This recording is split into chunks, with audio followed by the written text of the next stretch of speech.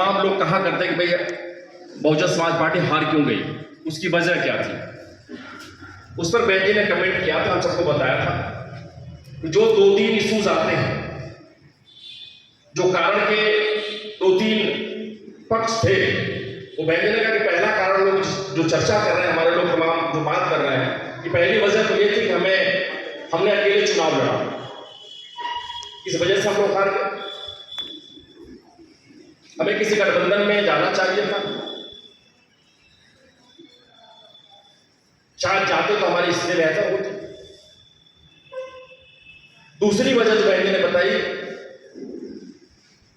कि हमारे लोग संविधान बचाने के और आरक्षण बचाने के चक्कर में, आरक्षण का इश्यू, संविधान का इश्यू, कि संविधान खतरे में है, अगर बीजेपी रिपीट करके आ गई तो संविधान बदल देंगे, आरक्षण खत्म कर देंगे।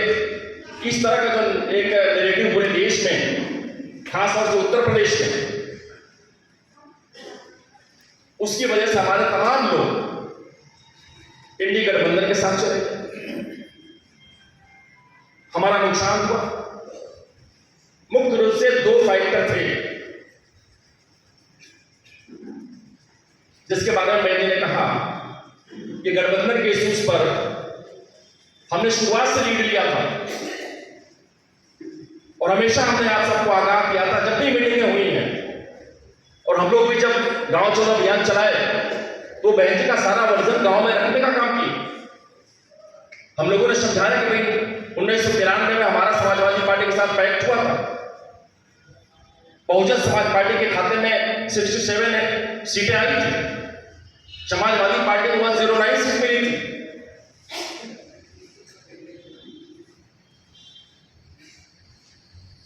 दोबारा 1996 में कांग्रेस पार्टी के साथ अलायंस हमारा हुआ, शाह काशीराम जी की रणनीति थी कांग्रेस खत्म न हो, शाह काशीराम जी ने कांग्रेस के साथ अलायंस किया, चुनाव लड़ा, हमें दोबारा 67 सीट पर हमें कामयाबी मिली थी, लेकिन कांग्रेस पार्टी जिंदा हो गई। हमारा वोट तो ट्रांसफर हो गया, लेकिन कांग्रेस पास कुछ था ही, उसका वोट हमें ट्रांसफर नहीं हो पाया। बहन जी का वर्जन था कि हम लोगों ने फिर 2002 में अकेले चुनाव लड़ा। 2 बार का जो गठबंधन का जो तजुर्बा था वो अच्छा नहीं था, हमारा वोट तो चला गया, लेकिन उनका वोट हम पर ट्रांसफर नहीं, क्योंकि और जो पॉलिटिकल पार्टी है वो जातिवादी, वो कभी भी मैं पसंद नहीं करती, वो कभी माने बहन जी को अपना नेता मानने को तैयार नहीं होती, और हाथी ऐसा जानवर है कि सबको काटने को दौड़ाता है, कोई हमारे करीब आने को तैयार नहीं होता, हमारा वोट तो ले लेगा। और शायद इस देश में बहन कुमारी मायावती जी ऐसी इकलौती नेता हैं जिनमें क्षमता है क्या अपना वोट 100% ट्रांसफर कराने की। देश के शायद कोई दूसरा नेता नहीं जिसकी पार्टी का, जिसे समाज का वोट बहुजन समाज पार्टी की तरफ ट्रांसफर हो सके। 2002 में बहन जी अकेले चुनाव लड़ी, हमारी 100 सीटें हैं। बाद में क्या कुछ हुआ, राष्ट्रपति शासन लगा, फिर हमारी सरकार बनी, भारतीय जनता पार्टी से मदद लेकर के हम लोगों ने सरकार चलाई, अपनी शर्तों पर चलाई। 2003 में हमें सरकार छोड़नी पड़ी, बीजेपी का दबाव था कि पार्लियामेंट के चुनाव में पैक्ट कर लो, दिल्ली हमारे हवाले कर लो, उत्तर प्रदेश को आप देखो, लेकिन मैं जिस पर तैयार नहीं हूं। तमाम तरह के दबाव बने, बहन ने कहा कि मुझे अलायंस करना नहीं, मेरी नीति अलग है, मेरे रास्ते अलग, आपके रास्ते अलग है, दबाव बना कि हम आपसे समर्थन वापस ले लेंगे। बहन जी ने कहा कि आप समर्थन वापस क्यों लोगे। बहन जी ने बहुत बड़ी रैली बुलाई, शायद 25 अगस्त 2003 को, और बहन जी ने खुद ही मुख्यमंत्री पद को लात मारने का काम किया। फिर क्या कुछ हुआ, मुलायम सिंह की सरकार लोगों ने बनवाई, 2003 से 7 तक उनकी सरकार चली, साथ में पुनः बहुजन समाज पार्टी अकेले चुनाव लड़ी, सामाजिक गठबंधन जरूर किया, समाज के हर तबके को आप सबके जरिए बहुजन समाज पार्टी से आप सबने जोड़ा, और 2007 में जब चुनाव हुआ, अकेले चुनाव हम लोग लड़े, परिणाम निकला, पूर्ण बहुमत की सरकार बन गई। बात आगे बढ़ी। बाद में 2014 के चुनाव हुए, 17 का चुनाव हुआ, 22 का चुनाव हुआ, 24 का चुनाव हुआ, 19 के पार्लियामेंट का चुनाव हुआ। 19 में आपने अलायंस किया था, 15 सीटें हमारी जीती, लेकिन तजुर्बा अच्छा नहीं। 2022 में जो कुछ हुआ आपके सामने, 2024 में ऐसा नहीं कि सबको एहसास हो रहा था कि बात बन जाएगी, लेकिन बहुजन समाज पार्टी हमेशा सेल्फ रेस्पेक्ट की बात करती है। यह आंदोलन जो है सेल्फ रेस्पेक्ट का आंदोलन है।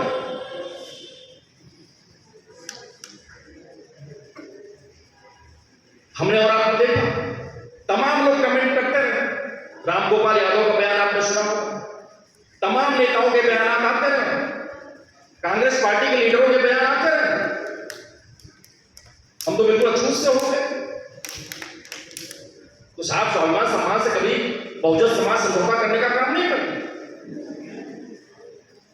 इसलिए माननीय बहन जी ने ये फैसला लिया था कि हम स्वाभिमान सम्मान से समझौता नहीं करेंगे। हम इतनी मेहनत करेंगे, पूरे देश में अकेले अपने बल पर चुनाव लड़ करके अपने आप को स्थापित करने का काम करेंगे। साथ ही चलना तो पड़ेगा। कब तक सहारा लेंगे हम लोग? अगर सब कुछ हम लोग रणनीति बना लें और जैसे मैंने फार्मूला बताती, हम लोग समाज के हर को बहुजन समाज पार्टी से जोड़ने का काम करें, तो मैं दावे के साथ कह सकता हूं, आज भी कुल के बाद भी बहुजन समाज पार्टी का कोई शानी नहीं। हम कितने भी कमजोर हो गए, लेकिन आज भी भारतीय राजनीति में बहुजन समाज पार्टी का अपना मुकाम है। और बहन जी कोशिश करती रहती है।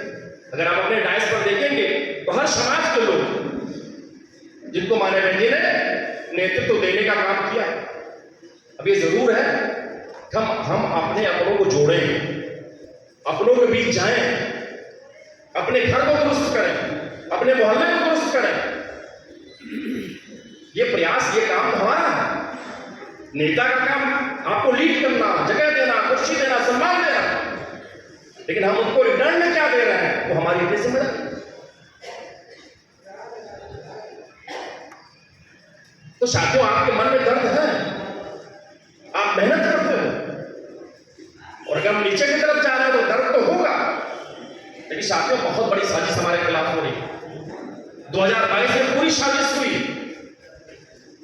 हमारे पढ़े लिखे लोग साजिश का शिकार हुए। मुझे याद है कि असेंबली में हमारे बहुजन समाज पार्टी के विधायक उमा शंकर सिंह जी ने पुरानी पेंशन की बहाली का सबसे पहले उन्होंने अपने असेंबली के अंदर अपनी बात रखने का काम किया था, लेकिन ये सगुफा हमारे विरोधी पकड़ लिए कि समाजवादी आएगी, पुरानी पेंशन बहाल हो जाएगी, और पेंशन का ठेका केवल हमारे पास था। बीजेपी वाले नौकरी नहीं करते हैं, कांग्रेस वाले नौकरी नहीं करते हैं, और दल के लोग नौकरी नहीं करते हैं, उनको नहीं चाहिए, हमने ठेका ले लिया।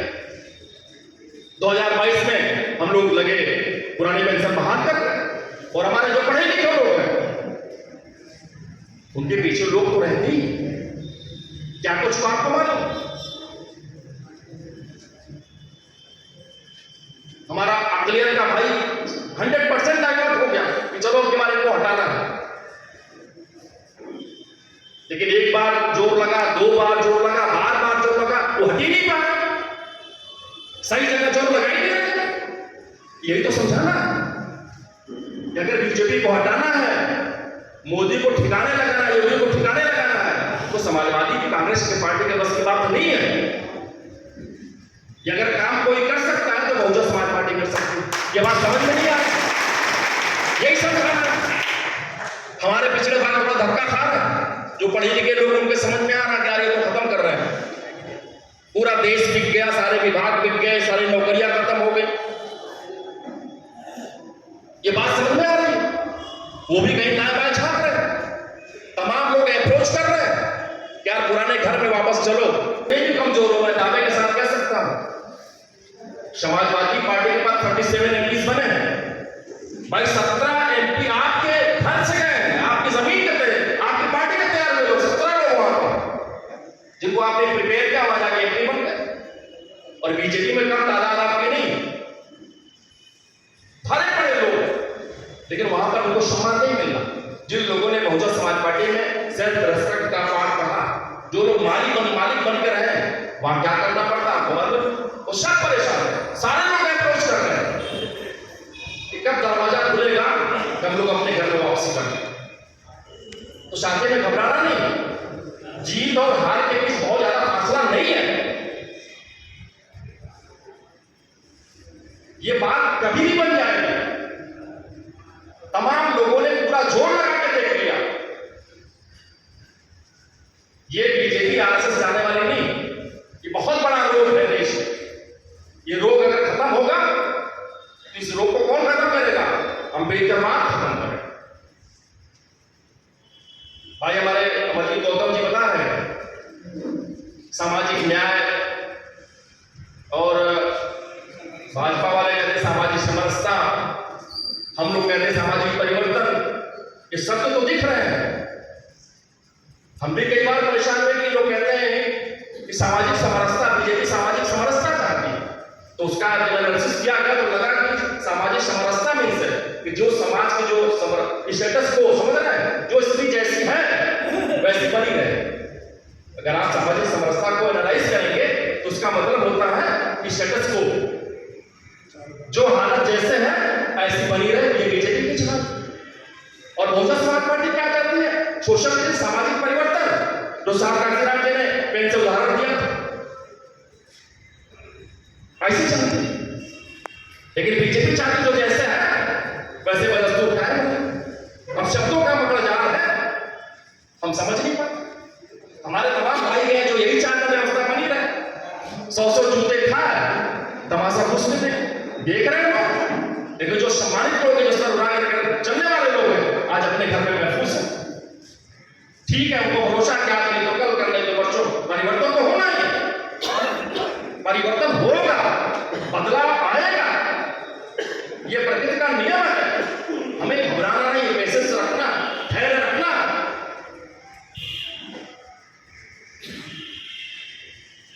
तो बहन जी ने जो उस दिन मीटिंग में ये सारी बातें बताई, उन्होंने कहा कि हमें अब जाकर के संगठन को रिव्यू करना पड़ेगा। चूंकि चुनाव संपन्न हुआ, चुनाव बीता है, और हम लोग तब से आपके बीच काम कर रहे हैं। हम लोग तो मैं समझ रहा हूं आज मेरा 8वां दिन है, लगातार हम लोग कहीं जनपद में बैठक कर रहे हैं। अभी हम लोग मंडल की बैठक किए, आज जिले की बैठक कर रहे हैं। आज हम लोग यहाँ पर जो जिला कमेटी हमारी है उसके बारे में समीक्षा करेंगे। आगे विधानसभा की कमेटी की समीक्षा होनी, लेकिन मैं समझ रहा हूं ये काम हमें विधानसभा के अंदर जाके करना। विधानसभा क्षेत्र में हम लोग बैठक करके वही समीक्षा करने का काम करें, तो मैं समझ रहा हूं ज्यादा बेहतर हो। आगे हमें सेक्टर कमेटी की समीक्षा करनी, हमें बूथ कमेटियां बनानी, और ये काम साथी हम 5 साल करते हैं। लेकिन जब भी वक्त आता है, समय आता है, तो कई बार हम लोग गच्चा खा जाते हैं, हम सबको धोखा मिलता। कई जगह तो लगता है सिर्फ फर्जिफिकेशन हुआ, और उसके लिए जिम्मेदार हम ही हो रहा है।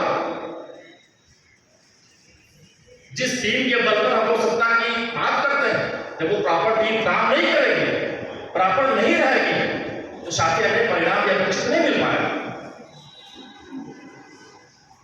तो हमें आत्मचिंतन नहीं करना। बाकी हार क्या है, वजह क्या है, आप भी बेहतर जानते हो।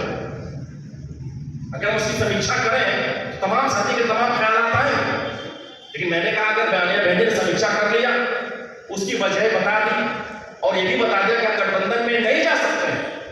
मैंने आज भी कहा कि जितने भी देश में पार्टियां हैं, ये जातिवादी पार्टियां हैं, ये कभी भी आपको देखना पसंद नहीं करती। हम आप गांव के रहने वाले लोग हैं, अगर आपके गांव की सीट रिजर्व हो जाए तो जो अक्सरियत में रहने वाले लोग हैं, कई बार वो प्रधान बीडीसी बनने से वंचित रह जाते हैं, इसलिए कि गेम हो जाता है। पूरा पैक्ट हुआ, धोखा मिलता है। आपको कोई पसंद नहीं करता तो क्या समझ रहे हो आप? आपको तो लगता है कि हम बहुत 30 मार्क का, लेकिन सामने वाले की नजर में आप वही हैं। इसलिए आपको 30 मार्क का बनना है तो बहुत मजबूती से पेश आना पड़ेगा। ये जिनको हम देख रहे हैं कि इंडिया और इंडिया वाले, इंडिया और एनडीए वाले, ये कोई दो नहीं है, ये मौसेरे भाई हैं। ये बिल्कुल गठबंधन है, ये फैक्ट है, एक साझा रणनीति है।